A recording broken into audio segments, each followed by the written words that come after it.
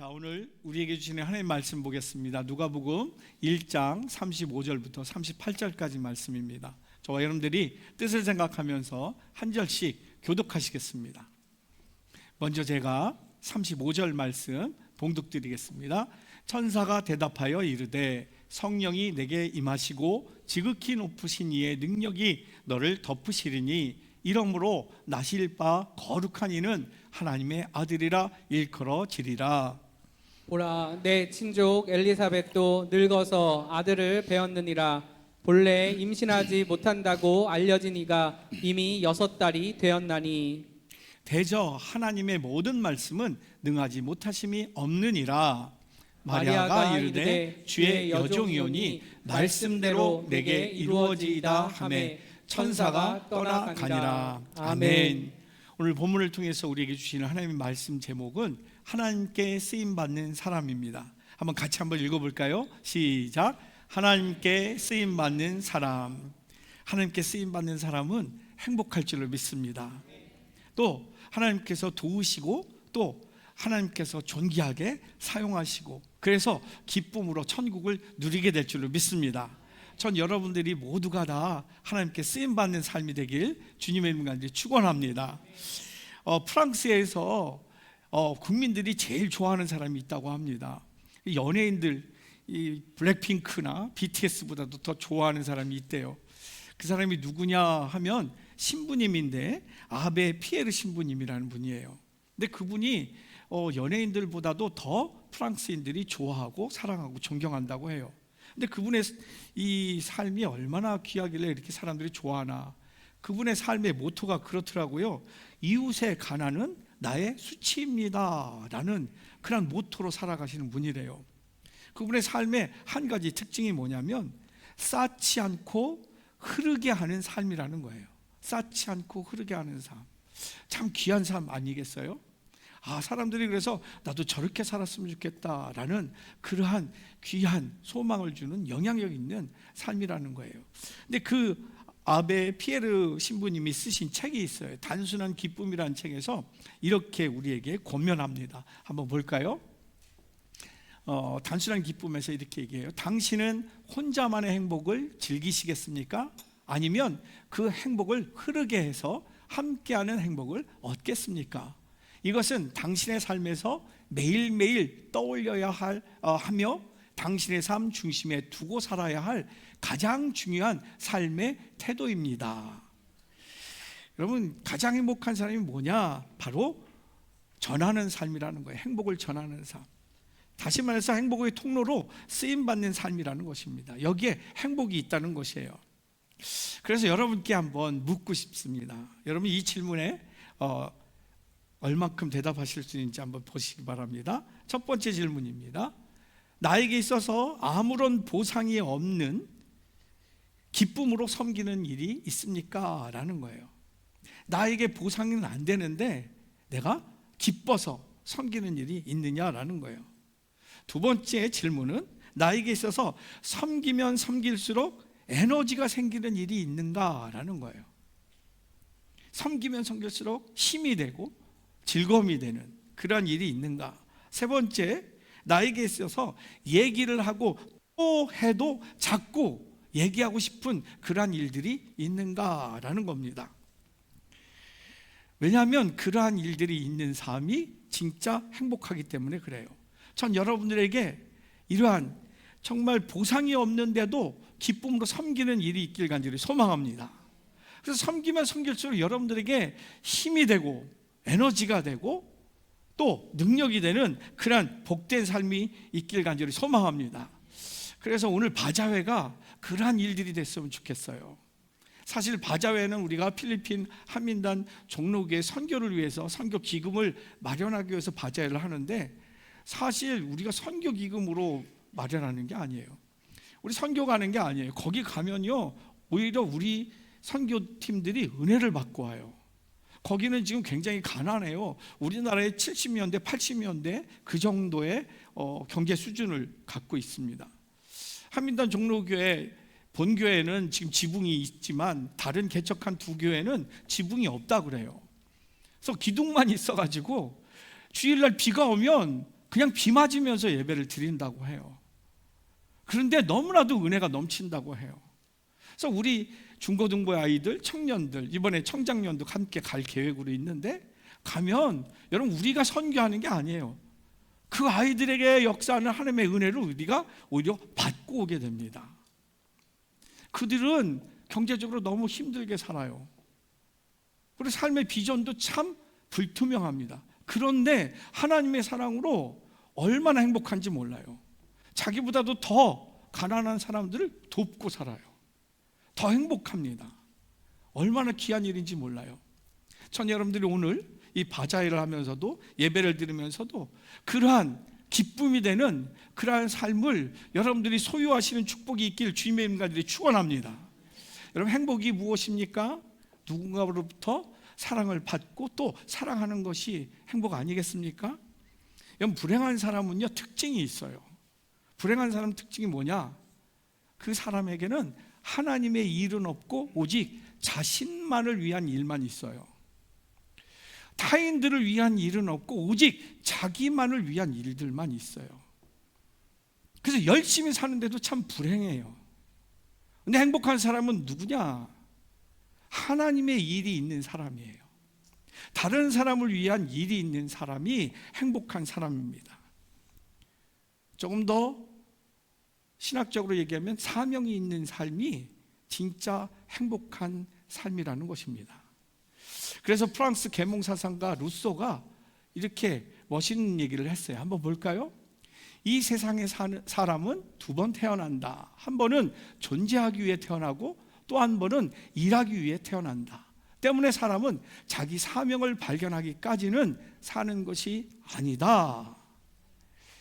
자기의 사명을 발견하기 전까지는 생존한다는 것이죠. 진짜 가치 있는 삶은 사명이 있는 삶이라는 것입니다. 그런데 여러분 우리가 사명에 대해서 좀 생각을 해봐야 돼요. 사명은 내가 갖고 싶어서 가질 수 있는 게 사명이 아니에요. 내가 하고 싶다고 해서 하는 것이 사명이 아니에요. 공동체에서 나에게 주어지는 게 사명이에요. 하나님께서 나에게 주시는 것이 사명이에요. 또 쉽게 설명하면 내가 하고 싶은 것이 사명이 아니라 해야 되는 것이 사명인 것입니다. 거기에 존재 가치가 있습니다. 여러분, 저는요, 여러분들이 이 사명으로 존귀하기를 간절히 소망합니다. 여러분들이 행복하기를 간절히 소망합니다. 그러기 위해선 여러분, 가정에서 하나님께서 주신 일을 여러분들이 발견하시고 그것을 붙드시고 그것을 감당하시는 여러분 되시길 간절히 소망합니다. 하나님께 쓰임받는 삶을 꿈꾸실 수 있기를 간절히 소망합니다. 그게 존귀한 삶을 사는 거예요. 그런데 참 감사하게도 하나님의 위대한 뜻을 이루기 위해서 하나님께 쓰임받는 그 사람들은 위대한 사람들이 아니었다는 거예요. 지식이 많은 사람, 권력 있는 사람, 돈 많은 사람, 그런 사람들이 아니었어요. 오히려 인간적으로 보면 너무나도 비천한 사람들이 하나님께 쓰임받는다라는 것입니다. 하나님께 쓰임받는 사람들, 비천하지만 근데 또 다른 것이 있었어요. 보통 사람들과 다른 사람들, 그런 것이 있는데 그것은 뭐냐? 이 하나님께 사명을 받아서 사는 삶인데 그 사람들은 하나님의 가치로, 하늘의 가치로 살기 때문에 세상을 두려워하지 않았어요. 또 사람의 눈치를 보지 않았어요. 그래서 하나님의 사명에 집중할 수 있었습니다. 그리고 믿음으로 그 사명을 감당할 수 있었습니다. 거기에 능력이 있는 것이에요. 이게 다른 겁니다. 하나님의 사명으로 사는 삶은 달라요. 세상을 두려워하지 않아요. 사람 눈치를 보지 않습니다. 하늘의 가치로 살기 때문에, 하늘의 방식으로 살기 때문에 내 능력으로 사는 게 아니라 하나님의 능력으로 살기 때문에 넉넉히 이기는 존귀한 삶을 산다는 것입니다. 전 여러분들이 오늘 예배를 드리면서 말씀을 묵상하면서 하나님의 일을 발견하실 수 있기를 간절히 소망합니다. 그래서 하나님께 쓰임받는 여러분 되시길 간절히 소망합니다. 그래서 세워진 여러분 한 사람이 있는 그 가정이 여러분 한 사람 때문에 하나님의 역사가 움직이고 이루어지는 놀라운 치유되어지고 회복되어지고 비전이 열리는 놀라운 축복이 임하길 주님의 이름 간절히 축원합니다. 그럼 하나님께 쓰임받는 사람, 행복한 사람은 과연 어떤 사람인가? 한번 볼까요? 바로 순종하는 마리아였다라는 겁니다. 다시 말해서 하나님께 쓰임받는 사람, 행복한 사람은 쉽게 얘기해서 삶의 방식이 순종인 사람이라는 것이에요. 순종인 사람. 오늘 본문 배경을 알기 위해서 오늘 38절을 한번 읽어보겠습니다. 같이 읽습니다. 시작. 마리아가 이르되 주의 여종이오니 말씀대로 내게 이루어지이다 하매 천사가 떠나가니라. 아멘. 네, 지금 마리아에게 천사를 통해서 임한 하나님의 사명, 그것은 놀라운 사명이었어요. 그게 하나님의 은혜 입은 자라고 얘기하면서 주신 사명인데 놀라운 거, 이해되어지지 않는, 그게 뭐예요? 성령으로 처녀가 잉태하는 거예요. 이게 놀라운 사명이죠. 두려운 사명입니다. 이것이 그에게 있어서 얼마나 무거운 짐인지 모릅니다. 그녀에게 있어서 이 처녀가 임신한다, 이것은 그녀의 삶을 완전히 송두리째 무너뜨릴 수 있는, 인생을 파괴할 수 있는 그러한 사명일 수 있습니다. 어쩌면 남편과 가족들에게도 버림받고 지역 공동체에서 돌팔매질로 죽음을 당할 수 있는 그러한 일이에요. 그럼에도 불구하고 마리아는 그 하나님의 뜻, 하나님의 사명에 거부하지 않고 온전하게 순종한다라는 거예요. 이게 얼마나 놀라운 일인지 몰라요. 그러한 마리아에게 천사는 이렇게, 하나님의 말씀은 능치 못함이 없다라고 말합니다. 그래서 하나님께서 원하시면 얼마든지 처녀이지만 성령으로 잉태할 수 있다라고 얘기를 하는 겁니다. 여러분, 하나님의 말씀 어떻게 생각하십니까? 성경에 기록된 하나님의 말씀은요, 여러분, 천지를 창조하신 그 말씀과 똑같은 말씀인 줄로 믿습니다. 하나님께서 아브라함을 부르실 때, 자손이 없을 때 너에게 자녀가 있을 것이다 라고 말씀하셨을 때 그 말씀은 반드시 이루어질 것임을 믿는 믿음의 아브라함이 결국 그 말씀 그대로 이삭을 얻게 된 줄로 믿습니다. 그래서 그의 믿음이 성경에는 의가 되었다라고 기록하고 있어요. 의가 되었다, 하나님의 정의가 되었다, 구원의 진리가 되었다라는 것입니다. 이해되어지지 않고 용납될 수 없지만 말씀의 권위를 순종으로 믿었을 때 그게 진리가 되고 구원이 되었다라는 것입니다.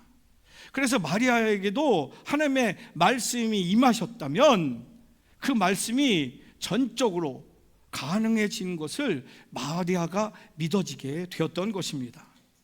그래서 마리아는 아직 결혼하지 않았지만 하나님의 말씀이 임하셨다면 나에게도 성령으로 잉태될 것을 믿음으로 받아들일 수 있었다는 것이에요. 그리고 동시에 이 모든 일들 이후에 나의 삶을 하나님께서 책임져 주실 것을 또한 믿는 믿음이 있었다라는 것입니다. 그래서 그 마리아를 통해서 인류 구원의 역사가 시작될 수 있었던 것입니다. 여러분, 정확히는 알 수 없지만 마리아는 참 어린 나이였어요. 지식도 없었어요. 근데 그 마음이 얼마나 잘 준비되었는지 몰라요. 하나님을 향하여서. 아마도 마리아는 평소에 말씀을 들을 때마다 그 말씀을 하나님께서 실제로 역사하실 것을 믿는 믿음으로 삶으로 실천하여서 그 역사하신 그 열매들을 실제로 삶에서 누리는 삶을 누렸었던 것 같다는 것입니다. 이게 얼마나 놀라운 일인지 몰라요.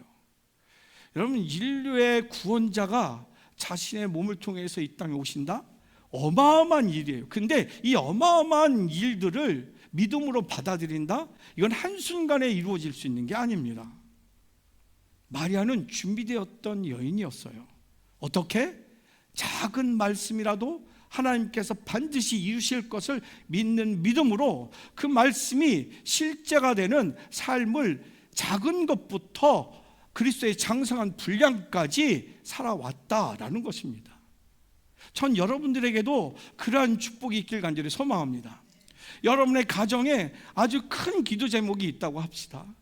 근데 그것은 세상의 의학으로도 해결할 수 없고, 세상의 윤리로도 해결할 수도 없고, 세상의 경제로도 해결할 수 없는 그런 문제가 있다고 한다면, 그럼 그런 큰 구원의 역사가 과연 한순간에 우리를 통해서 하나님께서 이루실 수 있겠느냐라는 겁니다.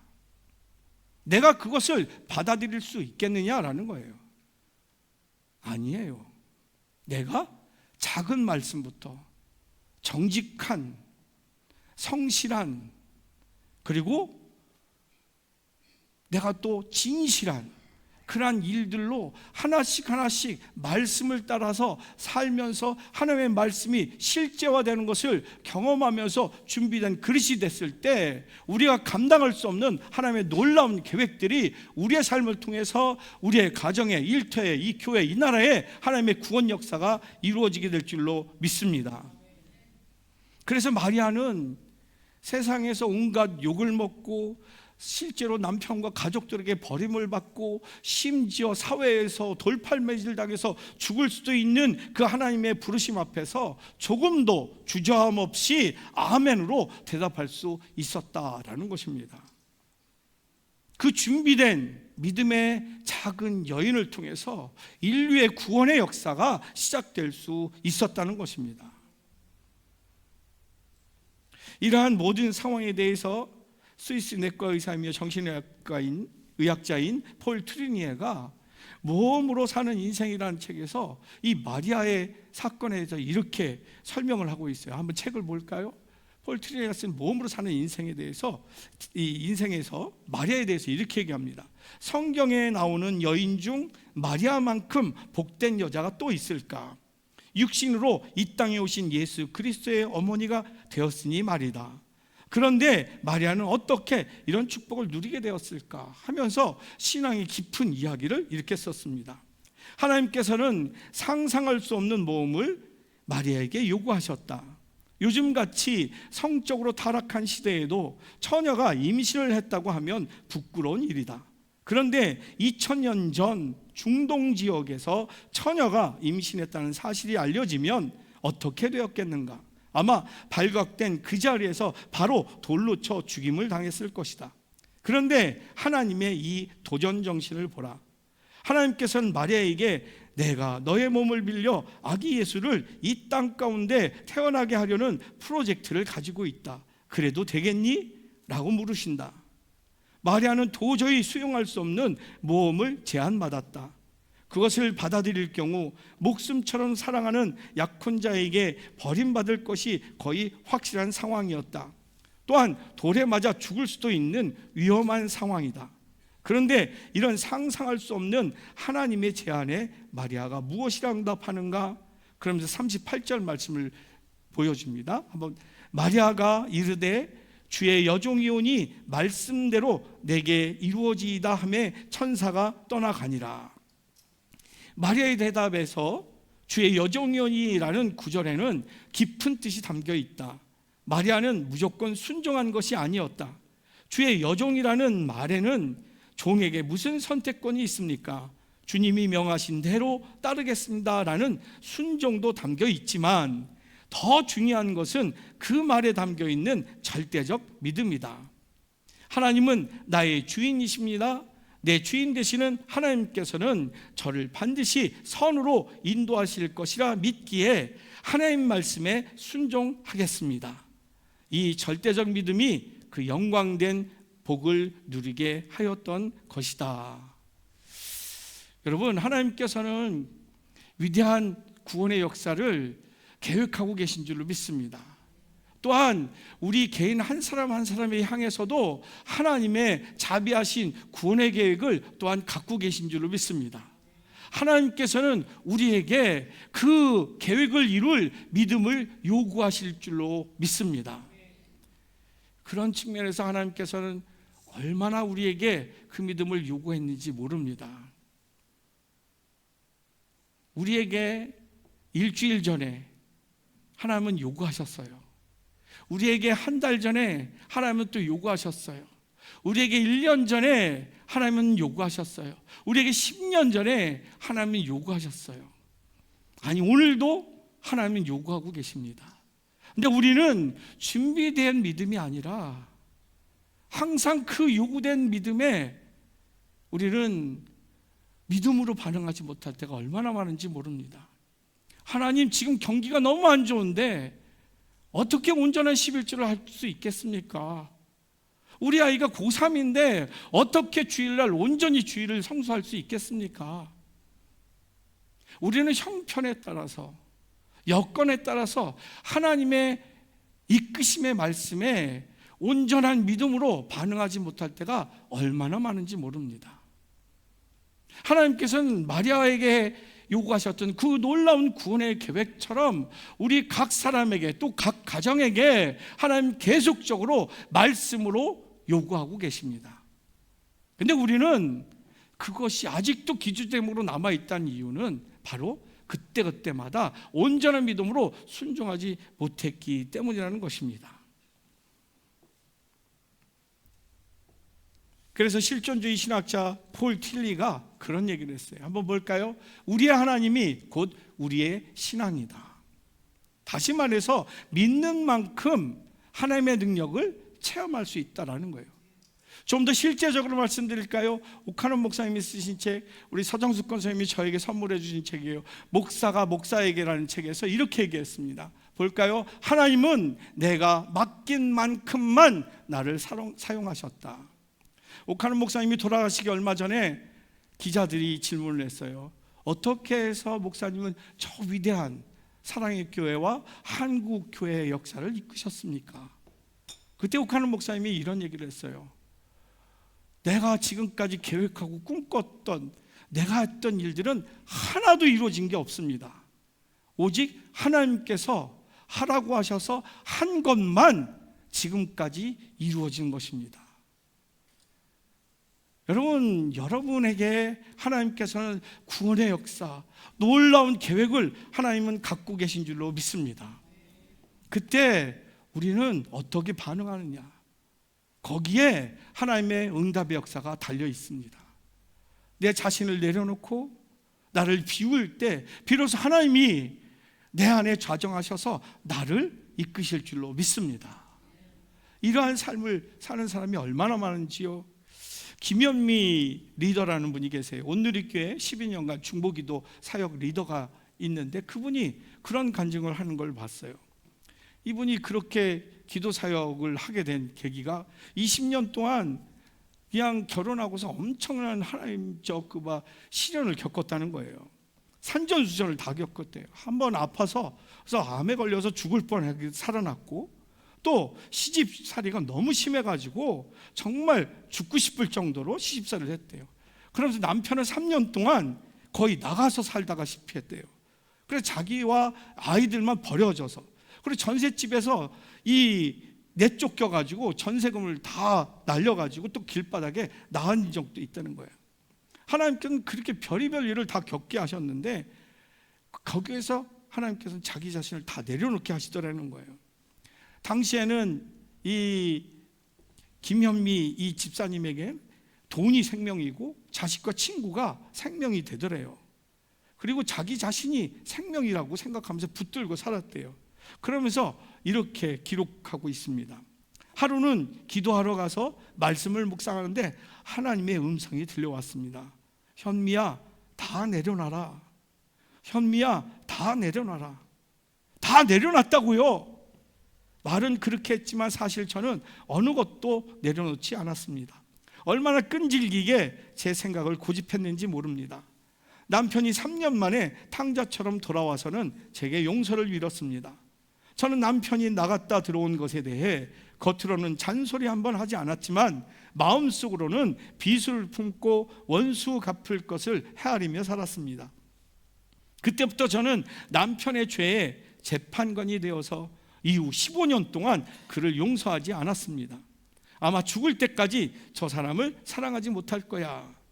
그런데 어느 날 하나님께서 제게 말씀하셨습니다. 현미야, 너도 그를 사랑할 수 있어. 너도 그를 사랑할 수 있어. 15년간 하지 못한 용서가 그 음성으로 하루아침에 되는 기적이 일어났습니다. 내가 용서하지 못한 이유는 나라는 그릇이 비워지지 않아서였습니다. 하나님이 이미 다 용서하셨는데 내 의로 가득 차 있던 저는 나를 아프게 한 그를 용서할 수 없었던 것입니다. 그릇이 비워지지 않으니 하나님이 좋은 것으로 채우시려고 해도 채워지지 않았던 것입니다. 순종이 생명이고 비움이 행복이었습니다. 하나님께서는 여러분을 오늘도 이끄시고 계신 줄로 믿습니다.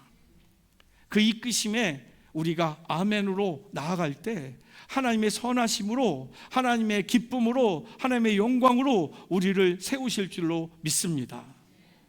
그래서 믿음의 글에 이런 글이 있어요.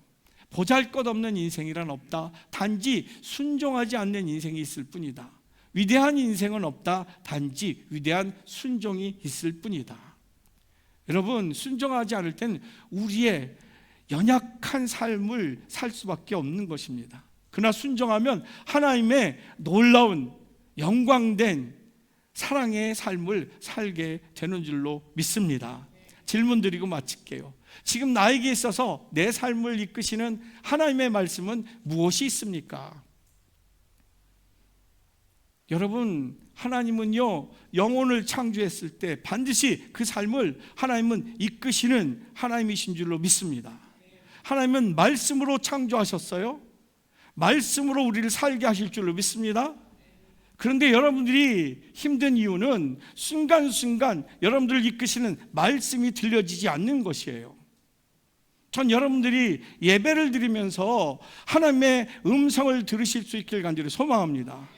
기도하면서 하나님의 마음에 집중하실 수 있길 간절히 소망합니다. 찬양하면서, 바자회하면서, 헌신하고 봉사하면서 그곳에서 주시는 하나님의 음성을 들으실 수 있길 간절히 소망합니다. 지금 나는 그 말씀에 어떻게 반응하고 있습니까? 전적으로 자기 자신을 내려놓고 하나님, 이건 아니에요. 이거는 지켜야 되지 않습니까? 이거 없으면 저 어떡하라고요? 하나님이 그거 모르실까요? 모르셔서 주장하시고 요구하실까요? 아니에요. 그것보다도 우리가 상상할 수 없는 그 놀라운 계획을 갖고 계셔서 그 이상의 것을 요구하시는 줄로 믿습니다. 전 여러분들이 먼저 하나님의 말씀이 들려지길 간절히 소망합니다. 그 말씀을 하나님이 신뢰하는 믿음으로 절대적인 순종을 통해서 그 능력을 누리시는 축복이 있길 주님의 이름 간절히 축원합니다. 말씀 정리합니다. 하나님께 쓰임받는 사람은 삶의 방식이 순종인 사람이에요. 거기에 하나님의 능력이 있습니다. 존귀함이 있습니다. 승리함이 있습니다. 전 여러분들을 통해서 그 승리와 존귀함과 축복이 여러분의 삶과 가정과 자녀들에게, 일터와 우리 교회와 이 나라에 흘러넘치기를 주님의 이름 가지고 축원합니다.